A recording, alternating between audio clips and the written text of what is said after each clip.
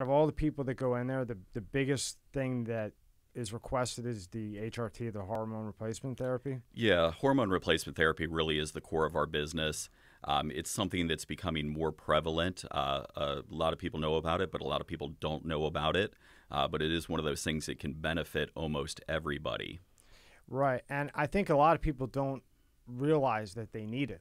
Hmm. And like, women Yep. that are on premenopause, menopause, and as we were talking before we started, a lot of women that were on birth control at 25, they say to themselves, well, why would I need HRT at 25? But as you were saying earlier, that birth control just throws everything off and it can be easily corrected, but you have to accept that you need it, right? Exactly. Yeah, I mean, we got a lot of ladies now in their, mid late 20s that have come off birth control because they do want to start having children.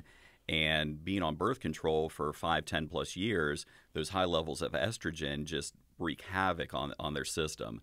They're, hormonal, they're gaining weight now, their sex drive has crashed, having issues with acne, fatigue, things of that nature. And it is easily correctable, but it's not something a primary care physician, a OBGYN, an endocrinologist is ever going to recommend to them. And the same thing with a lot of our older female patients, ladies in their 40s and even early 50s that are premenopausal or even going through menopause. They're having symptoms, hair loss, hot flashes, lack of sleep, lack of sex drive, low energy, weight gain. It's the standard Really systems moody, across, right? yeah, standard symptoms across the board.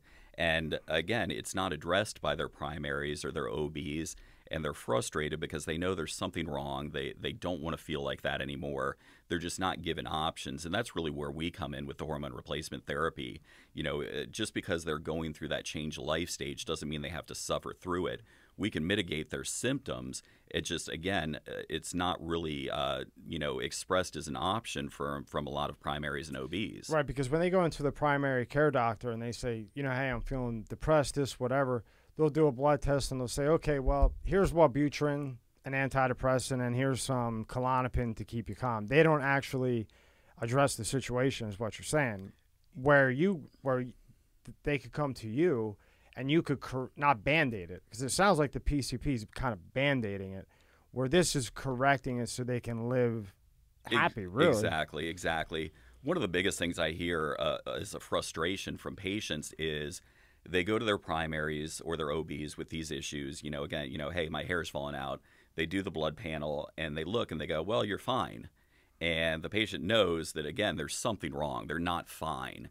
And that's really where we come in. We can re-examine that same blood work and go, well, yes, technically, your progesterone is in an acceptable range, but you're at the bottom 5% of what is acceptable.